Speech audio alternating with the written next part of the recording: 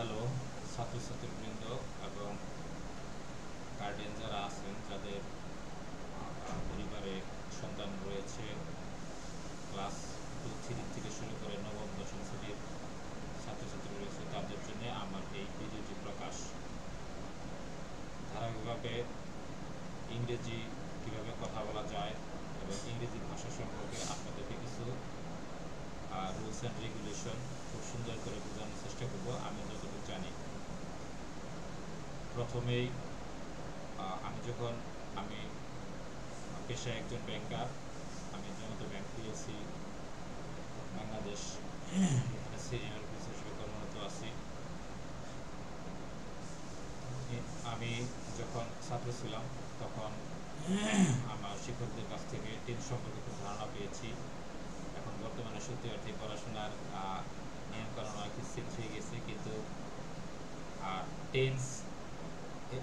টেন্সের ব্যবহার যদি সঠিকভাবে প্রয়োগ না করা যায় তাহলে কিন্তু ইংলিশে সঠিকভাবে কথা বলা যাবে না, এবং সর্বক্ষেত্রেই টেন্স সম্পর্কে ধারণা না থাকলে সত্যি অর্থেই পড়াশোনায় অন্তত ইংরেজিতে গ্যাপ থেকে যায়। তো সেই ধারাবাহিকতায় আজকে আমি আমার ধারাবাহিক ভিডিও এর প্রথম পর্ব আজকে শুরু করছি। মূলত টেন্স বা সময় বা কাল এর বিস্তারিত বিবরণ দিয়ে।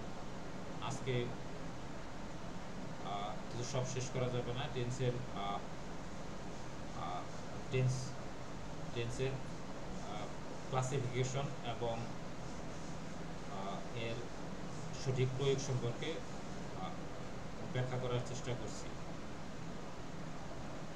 আমরা জানি, we know that there are three kinds of tense. Tense means time.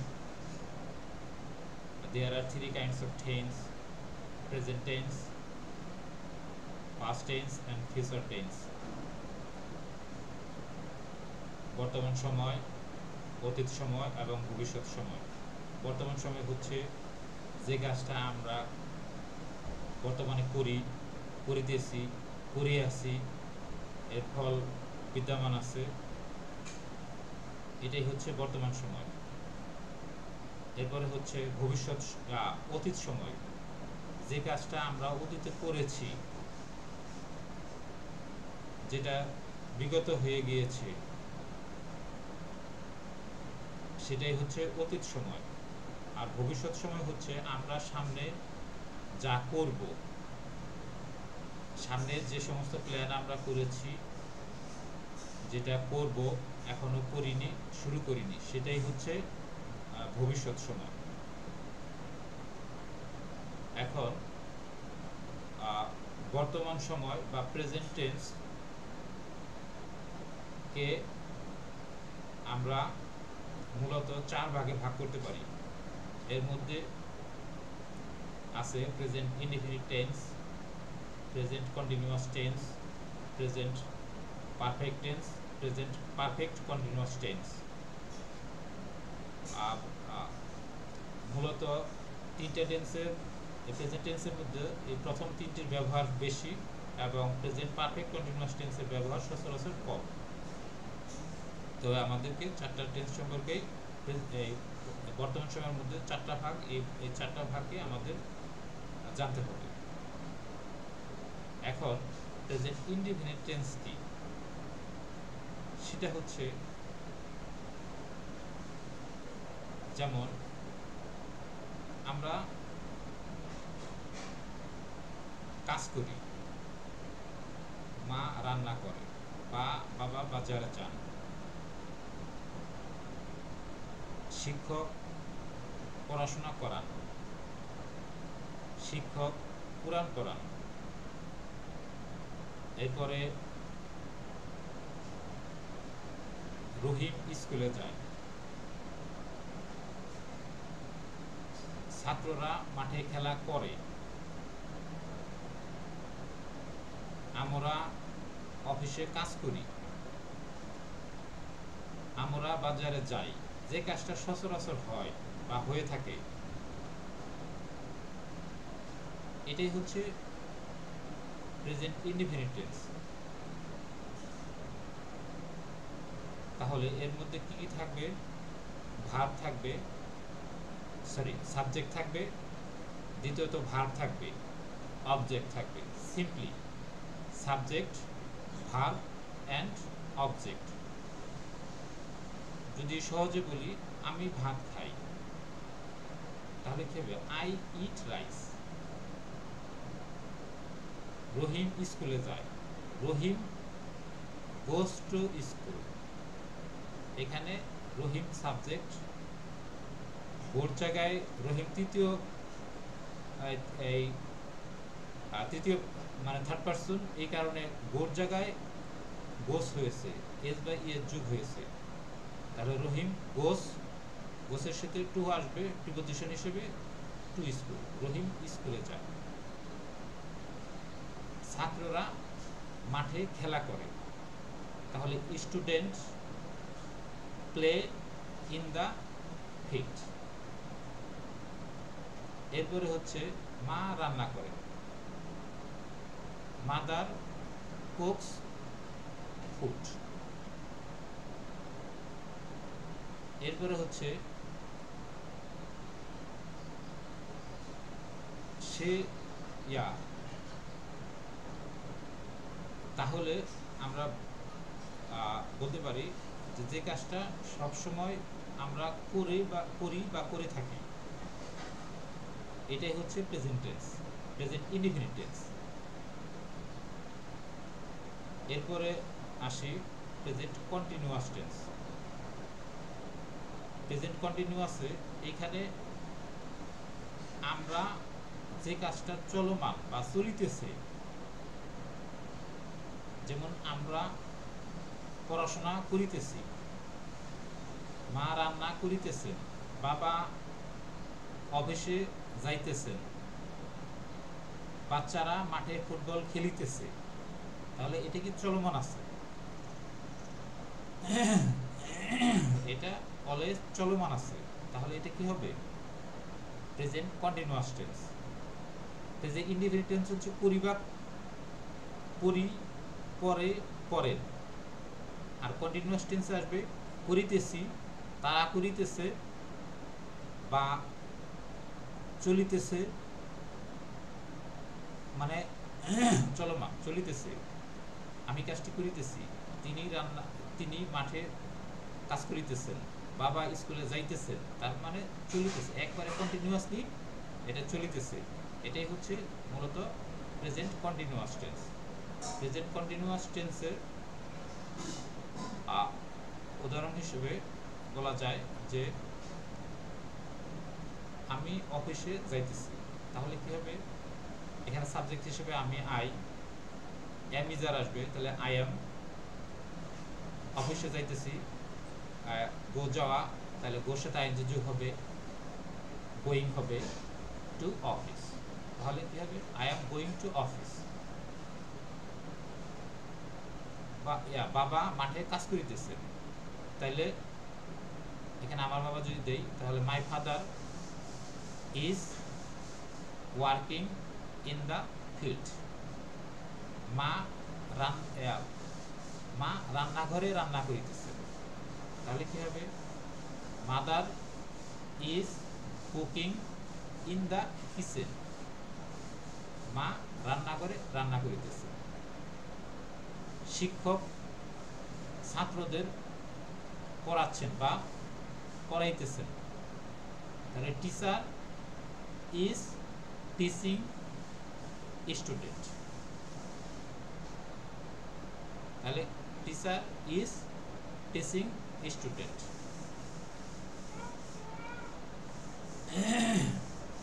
আমরা কথা বলিতেছি, উই আর টকিং।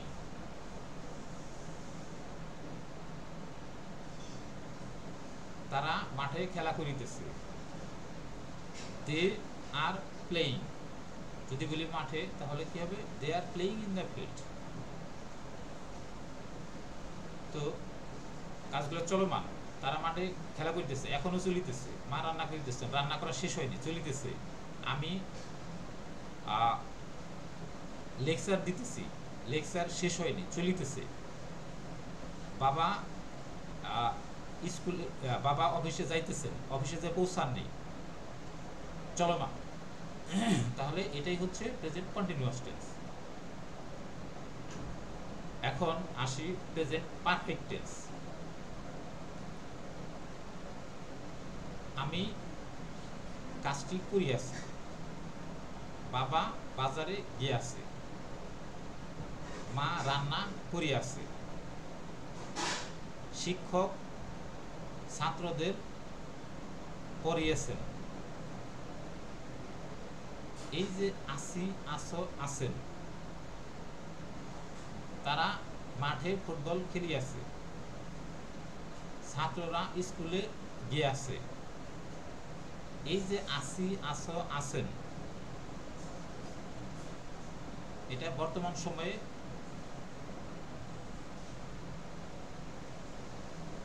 মানে ভার্বে শেষে আসি, আসো, আছেন, এই যদি যখন থাকে তখন আমাদের এটা বুঝে নিতে হবে এটা হচ্ছে প্রেজেন্ট পারফেক্ট টেন্সে, প্রেজেন্ট পারফেক্ট টেন্স হবে। আমি কাজটি করিয়াছি, তাহলে কি হবে? I have done the work. তারা মাঠে ফুটবল খেলিয়াছে, তাহলে they are played in the field. আমি ঢাকা গিয়াছি, I have gone to Dhaka, তাহলে এখানে আসবে সাবজেক্ট, এরপর হচ্ছে হ্যাভ বা হ্যাজ, এরপরে ভার্বের past participle form plus object. আমি ঢাকা গিয়েছি, তাহলে কি হবে এখানে? আমি, আই, হ্যাভ বা হ্যাজ, তাহলে আই হ্যাভ,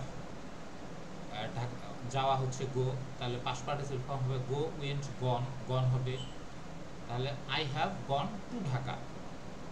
আমি অফিসে গিয়েছি, I have gone to office. বাবা অফিসে গিয়েছে, বাবা মানে father has gone to school.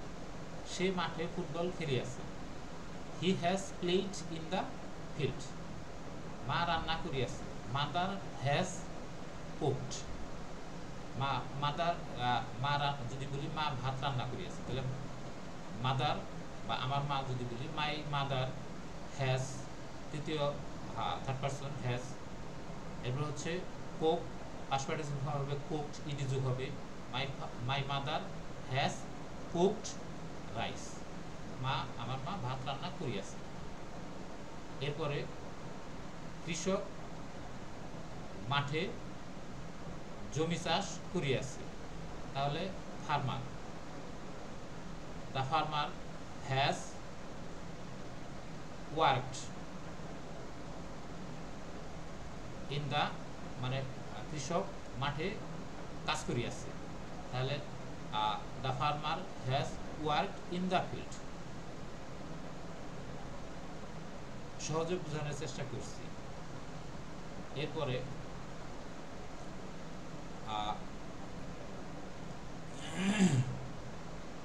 তো আরো নিয়মিত উদাহরণ দেওয়া যায়, তাহলে এখানে প্রেজেন্ট পারফেক্ট টেন্সে আসবে সাবজেক্ট হ্যাভ বা হ্যাজ, এরপরে হচ্ছে ভার্বের পাস্ট পার্টিসিপল ফর্ম অবজেক্ট।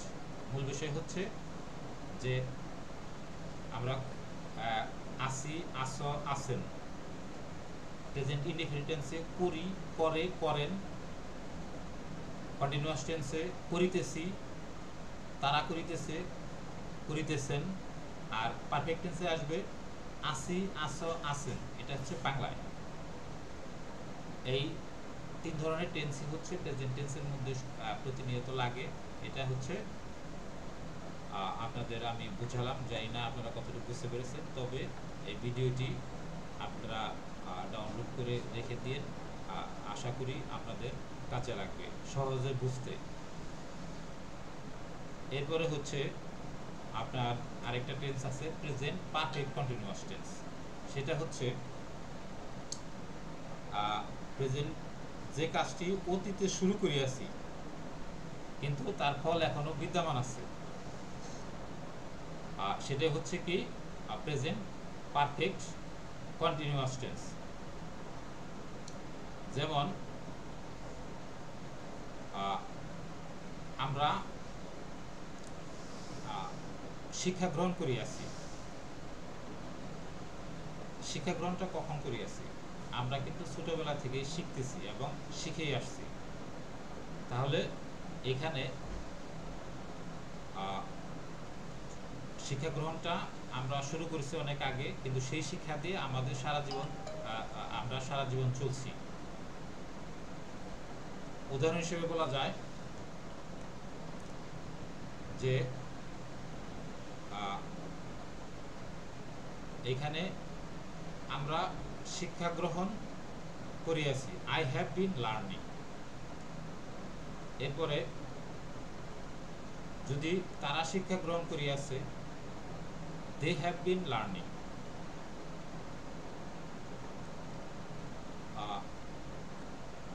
তারা, যেমন এখানে প্রেজেন্ট পারফেক্ট কন্টিনিউয়াস টেন্সে এখানে সাবজেক্ট আসবে, এরপরে